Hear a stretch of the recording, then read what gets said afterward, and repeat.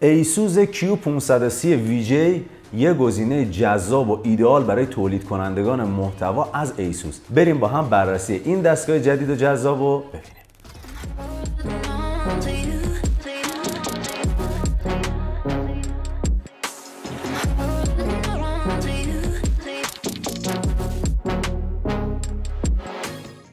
سلام به همه دنبال کننده‌های لپتاپ آسیا. من حمیدم و امروز قصد داریم یه گزینه ایدئال و آیدل برای تولید کننده‌های محتوا و گرافیستا معرفی کنیم که به نظر من تو بازه قیمتی 53 میلیون تا 60 میلیون واقعا انتخاب خوب و باحالیه. اول اینکه ایسوس توی بازار از نظر تامین قطعات و خدمات پس از فروش و حالا بازار فروشش گزینه‌های خوبیه، یعنی که شما رو لنگ نمیذاره. دوم که این دستگاه توی بازه‌های قیمتی مختلف عرضه میشه، حالا با توجه به قیمت خریدش از حداقل 52.5 تا 53 میلیون تا نهایتا 60 میلیون تومان قیمت برای این دستگاه گذاشتن. حالا دیگه اینکه با چه گارانتی ارائه شده و نمیدونم از چه شرکتی تهیه بشه، خب قیمت ها رو متفاوت میکنه. الانی که داریم این ویدیو رو میگیریم 2 آبان 1402 هست. ابتدا طبق عادت همیشه این دستگاه رو با سخت افزار شروع میکنیم و بهتون بگم که این دستگاه دقیقاً یه سخت افزار جدید رو آوردن روی شیپ قدیمی و یه طراحی قدیمی در واقع پیاده سازی کردن به خاطر اینکه قیمت بیاد پایین و برای یه قشر زیادی از جامعه مورد استفاده قرار بگیره. حالا این تو ایران 50 میلیون تومان، 50 خورده میلیون تومان هزینه زیادیه، ولی در اصل $1000 واقعا جوریه که عمده مردم دنیا میتونن این دستگاه ها رو تهیه کنن و برای همین قیمتش نسبتاً به مشخصاتش انصافاً عالیه. پردازنده این دستگاه i7 13620H، یه پردازنده سری H اینتلی در عین حال کم مصرف و به نظر من برای این طراحی این شیپ درست انتخاب شده. هم دمای کمی تولید میکنه، هم پرفورمنس بالایی داره و از طرفی قیمت مناسبی رو برای شرکت سازنده فراهم میکنه. بنچمارک این پردازنده 25000 با خود دستگاه همونطور که دارید توی تصویر هم میبینید و از i7 12700 که روی سریای تاف قرار گرفته یه خورده بنچمارکش پایینتره. 16 گیگ رم DDR5 داره که 8 گیگش آنبورده و اون 8 گیگ دیگه قابلیت ارتقا داره. شما فرض رو بر این بگیرید که یه 32 گیگ هم تهیه کنید روی این دستگاه بذارید، با 8 خودش جمع میشه و در مجموع نهایتا تا 40 گیگ شما میتونید رم روی این دستگاه داشته باشید. البته اینم بهتون بگم که از نظر اصولی این کار درست نیست که یه 8 با یه 32 گیگ کنار هم قرار بدید. حافظه این دستگاه یه SSD 512 گیگ M2 NVMe PCIe جنریشن 4 هست. سرعت رید و رایتش فوق العاده بالاست و فوق العاده حس خوبی داره کار کردن با این دستگاه ها و از طرفی خب قیمت حافظه هاشون یه خورده بالاتره. اگه بخواید یه زمانی ارتقا بدید باید هزینه بیشتری رو برای ارتقا پرداخت کنید. گرافیک دستگاه هم RTX 3050 اما نسخه 6 گیگابایتی که سری جدید RTX 3050 که برخلاف باور عمومی از 4 گیگ به 6 گیگ مموریشون افزایش پیدا کرده، عملکرد انصافا خوبی روی این دستگاه داشته و بج استودیو هم گرفته. این که میگم بج استودیو گرفته، باز دوباره تاکید میکنم این دستگاه ها رفتن شرکت انویدیا تاییدیه استودیو رو گرفتن که یه سری تاییدیه های خود انویدیا و بج استودیو رو داره.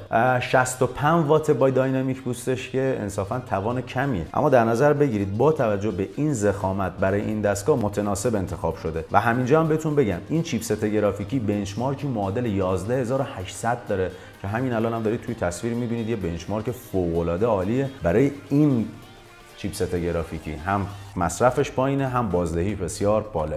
کنار این سخت افزار یه نمایشگر فوق العاده متناسب هم انتخاب کردن که باز برای اون دسته افرادی که این دستگاه رو میخوان تهیه کنن انتخاب رو بهترتر میکنه. یعنی اینکه نمایشگر 15.6 اینچ OLED، نسبت تصویر 16:9، نسبت تصویر به نمایشگر هم 84% و خدمتتون عرض شد پشتیبانی از 100% DCI-P 3 sRGB 100 و همینطور کنار اینا استاندارد فانتوم ولیدیت هم داره. این نمایشگر تا 600 نیت روشنایی میتونه تولید کنه و توی محیط‌های باز هم میتونید از این دستگاه استفاده کنید. البته اینو بهتون بگم چون نمایشگر این دستگاه براقه باید شدت نورش بیشتر باشه که حالا با توجه به نورهای محیط اون رفلکس گرفته بشه، دقیقاً مشابه عملکرد موبایل ها. متاسفانه خبری از رفرش ریت بالا یعنی 144 هرتز و 165 هرتز نیست، به علت اینکه این دستگاه مثلا مدل کریئتوره، همون اول هم گفتم برای یه سری افراد خاص تولید شده که اصلا نیازی به رفرش ریت بالا معمولا ندارد. خب بریم سراغ بخش طراحی، بخشی که روی این شاسی یه خورده حالا کمکاری شده به خاطر اینکه این شاسی قبلا روی ایسوس N580 های مال 3-4 سال پیش بود اما دوباره باز طراحی شده. قاب پشت کاملا آلومینیومیه، یه لوگوی ایسوس داریم، کورنرها و گوشه‌ها یه خورده اچ شده که خوش ساخته رو جدیدترش کرده اما همون شیپ قدیمیه. پشت آلومینیوم که گفتم داخلش از PVC جنس ترکیب نسبتا خوبیه، هم وزنش رو سبک کرده و همین که مقاومتش رو بالا برده. یه دستی درب این دستگاه سخت باز میشه، اگه بخواید بازش کنید یه دستی خورده سخته اما دو دستی کامل باز میشه، یعنی تا 180 هم باز میشه. لوله ها یه تیکه و احساس میکنم که توی بخش طراحی اینجا خوب عمل کردن. یه ترک پد نسبتاً با کیفیت داریم که پلاستیکی و شیشه‌ای نیست، اما یه خورده که کار میکنید جذب اثر انگشتش فوق العاده زیاده، یعنی شما 2 دقیقه کار کنید اصلا ترک پد ردی میشه و یه خورده همچنین اگه وسواسی داشته باشید براتون سخت تحمل این موضوع، ولی خب به جاش اگه تمیز باشه جلوه جذابی داره. در کنار این ترک پد یک کیبورد کامل فول سایز داریم با بکلاید ساده سفید. کی ترولشون بسیار پایینه و عمق کلیدها 0.2 میلیمتره که وقتی شما تایپ میکنید احساس میکنم که خستگی زیادی بهتون منتقل نمیشه.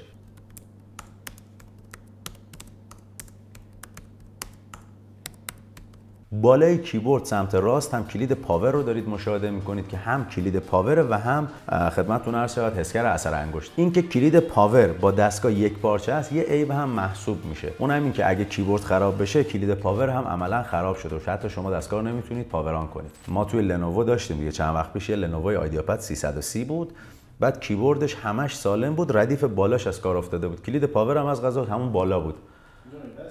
آره آفرین وصل بود دیگه، کلید پاور نمیشد. بعد بنده خدا میگه مثلا من کیبورد به کارم نمیاد، فقط میخوام 4 تا ویدیو پلی کنم، ترک پدم کار کنه اوکی، ولی پاور نمیشد. بعد مجبور بود کیبورد کامل عوض کنم.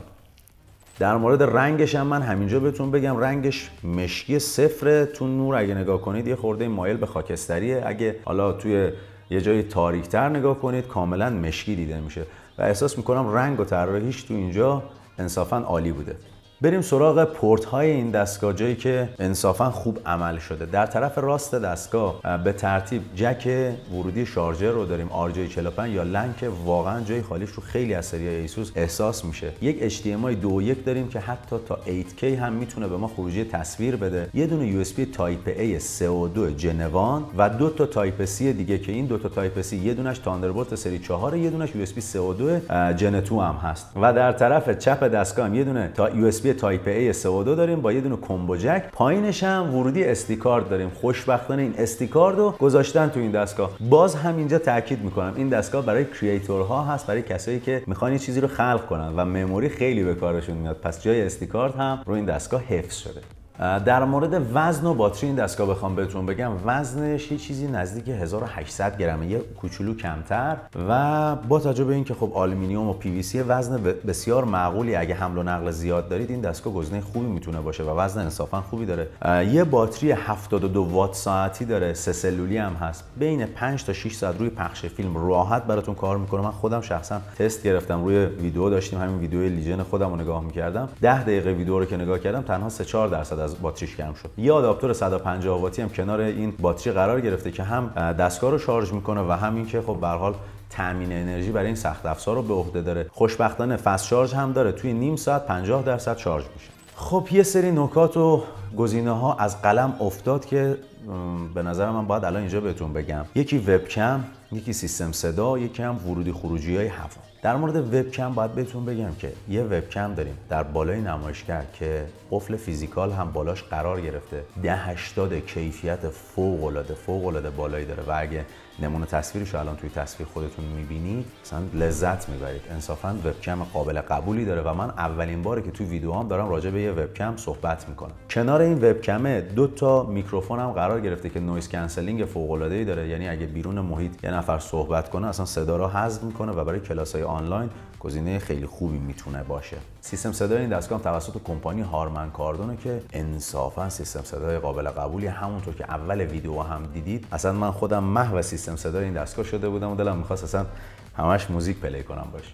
نکته‌ای که در مورد ورودی خروجی‌های هوا گفتم، با توجه به اینکه این دستگاه دمای زیادی تولید نمی‌کنه ولی باز شرکت یه خورده اضافه کاری کرده و 3 تا ورودی خروجی هوا براتون گذاشته که به نظر من منطقی بوده. البته 2 تا فن 86 پره داره و سیستم آیس کول پلاس خود شرکت ایسوس که کمک می‌کنه خنک کنندگی به حداکثر حالت ممکن برسه.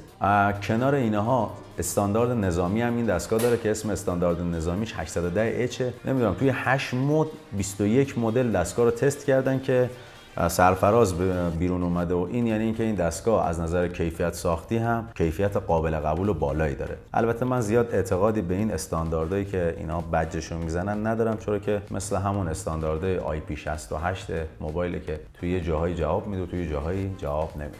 و نکته پایانی هم که بخوام بهتون بگم، اگه گیمر هستید این دستگاه میتونه تا حد زیادی بازی‌ها رو راحت و روون اجرا کنه، اما در نظر بگیرید این دستگاه برای گیم ساخته نشده. نمایشگری که داره، حالا اون CPU گرافیکی که برای این دستگاه در نظر گرفتن برای گیمرها نیست و عمده ساخت این محصول برای تولید کننده های محتوا، طراحای گرافیکی و حالا ادیتورها، یوتیوبرها و اینستاگرامرها هست. خب بخش پایانی، نتیجه گیری. اگه شما دنبال یه لپتاپ سبک با کیفیت، مشخصات بالا تو رده 50 تا 60 میلیون هستید، انتخاب بسیار عاقلانه و درجه یکیه و از طرفی شما رو ناامید نمیکنه. و البته اگه گیمر هستید نیازاتون رو تا حد زیادی برآورده میکنه، اما این دستگاه برای گیمرها تولید نشده.